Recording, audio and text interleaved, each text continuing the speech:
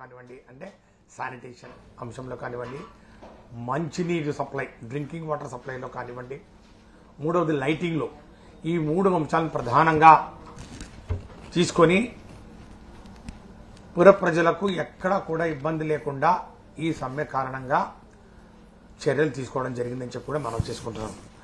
ఇందు నిమిత్తం సుమారు 3182 మంది పారిశుద్ధ కార్మికులు, అట్లాగే 100కు పైగా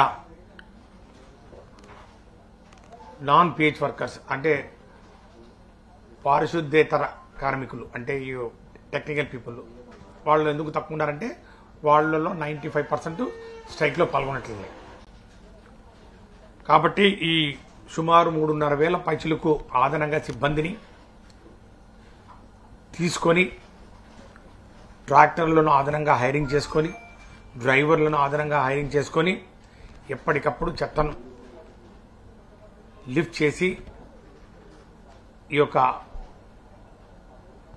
వీధుల్లో కానివ్వండి, ఈ ఎక్కడైనా మరి నగరంలోని ప్రధానమైనటువంటి ప్రదేశాలు, బస్ స్టేషన్లు కానివ్వండి, రైల్వే స్టేషన్లు కానివ్వండి, హాస్పిటల్ కానివ్వండి, కమర్షియల్ కాంప్లెక్స్లు కానివ్వండి, ప్రభుత్వ కార్యాలయాలు కానివ్వండి, ఇక్కడ ప్రత్యేకమైన దృష్టి పెట్టి వీటిని క్లియర్ చేస్తూ ఎక్కడ కూడా ప్రజలకు ఇబ్బంది కలగకుండా గత 4 రోజులుగా చర్యలు చెప్పడం జరిగిందని చెప్పి కూడా నేను మనవి చేసుకుంటా ఉన్నాను. వీటితో పాటు ఈ మున్సిపాలిటీల్లో ప్రధానంగా ఎవరైతే విధుల్లో ఉన్నారో, అంటే మీకు తెలిసే ఉంటుంది, మనకున్నటువంటి 123 యుఎల్బీస్ అంటే పురపాలక సంఘాలు ఏవైతే ఉన్నాయో మున్సిపాలిటీలు కానివ్వండి, కార్పొరేషన్లో 41 మున్సిపాలిటీల్లో స్ట్రైక్ నడవడం లేదు. 41 మున్సిపాలిటీల్లో కేవలం 82 మున్సిపాలిటీల్లోనే ఈ సమ్మె జరుగుతూ ఉంది. అందులో కూడా ఓన్లీ పిహెచ్ వర్కర్సే, అంటే పారిశుద్ధ కార్మికులు మాత్రమే పాల్గొంటున్నారు. నాన్ పిహెచ్ వర్కర్స్ ఎవరు కూడా పాల్గొనడం లేదు. అక్కడక్కడ చెదురుమదురుగా నెల్లూరు కానివ్వండి, మన విశాఖపట్నం కానివ్వండి, చెదురుమదురుగా కొద్ది శాతం నాన్ పిహెచ్ వర్కర్స్ కూడా పాల్గొంటున్నటువంటి విషయం నేను మీ అందరికీ తెలియజేస్తా ఉన్నాను.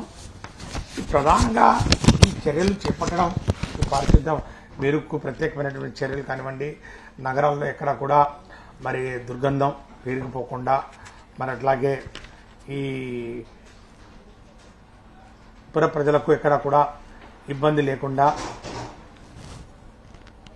ఈ సమ్మె ప్రభావం ద్వారా ప్రజారోగ్యంపై ఎక్కడ కూడా మరి దాని మీద భారం పడకుండా చర్యలు తీసుకోవడం ఒక ఎత్తు. రెండవది, ఈ సమ్మెకు గల ప్రధానమైనటువంటి కారణాలు ఏవైతే ఉన్నాయో వాటి మీద 2 దఫాలుగా చర్చలు కూడా జరపడం జరిగిందని చెప్పి కూడా నేను మనం చేసుకుంటా ఉన్నాను. స్పెషల్ సిఎస్ గారి ఆధ్వర్యంలో ఒకసారి నేను స్వయాన మొన్న వివిధ సంఘాలు ఎవరైతే మరి సమ్మెలో పాల్గొంటామని ముందు నోటీస్ ఇచ్చారో చాలా వరకు వాళ్ళు విరమించుకున్న విషయాన్ని కూడా నేను ప్రజల దృష్టికి తీసుకొస్తున్నాను.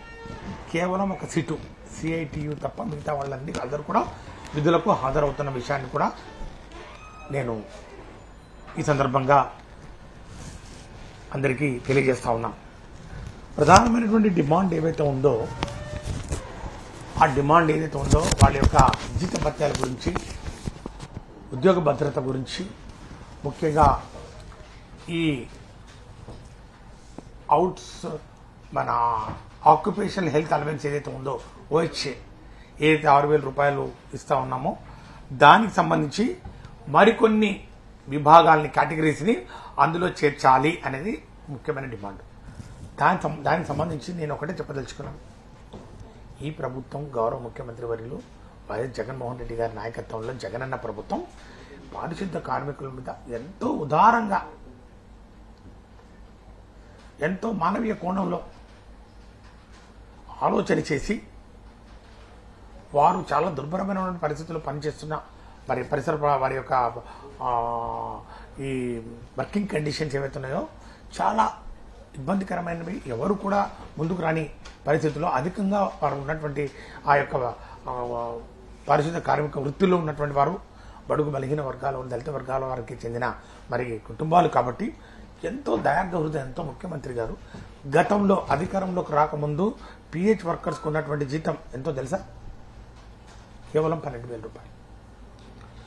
12,000 రూపాయలను 15,000 రూపాయలకు పెంచడం జరిగింది ప్రభుత్వం వచ్చిన వెంటనే.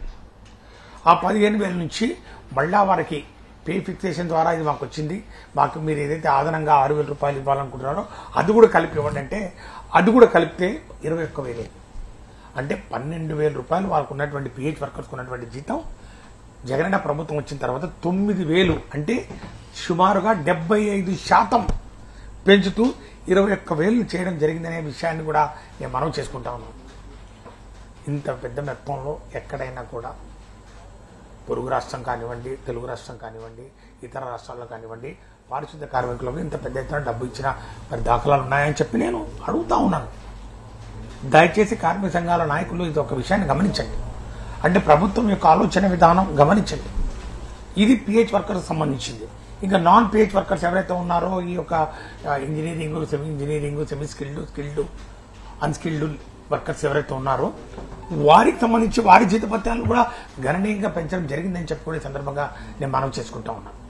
ఈ నాన్ పిహెచ్ వర్కర్స్ ఎవరైతే ఉన్నారో ఈ 3 కేటగిరీలో కేటగిరీ 1, కేటగిరీ 2, కేటగిరీ 3 అంటే కేటగిరీ 3 అంటే ఈ అన్స్కిల్డ్, కేటగిరీ 2 అంటే సెమీ స్కిల్డ్, కేటగిరీ 1 అంటే స్కిల్డ్.